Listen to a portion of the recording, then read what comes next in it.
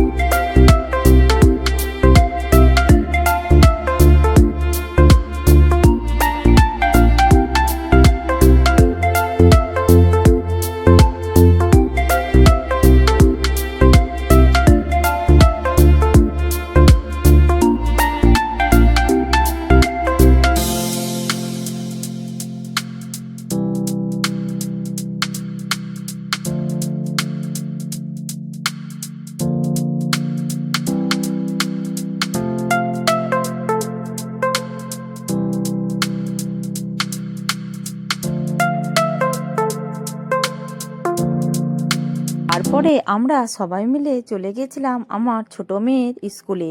তো দেখো আমরা এখানে মা সরস্বতীর কাছে প্রণাম করে নিচ্ছিলাম সবাই মিলে। আর দেখো এখানকার মা সরস্বতী কত সুন্দর হয়েছে, আর এখানে ঘরটাও খুব সুন্দর সাজিয়েছিল, খুব সুন্দর লাগছিল দেখতে।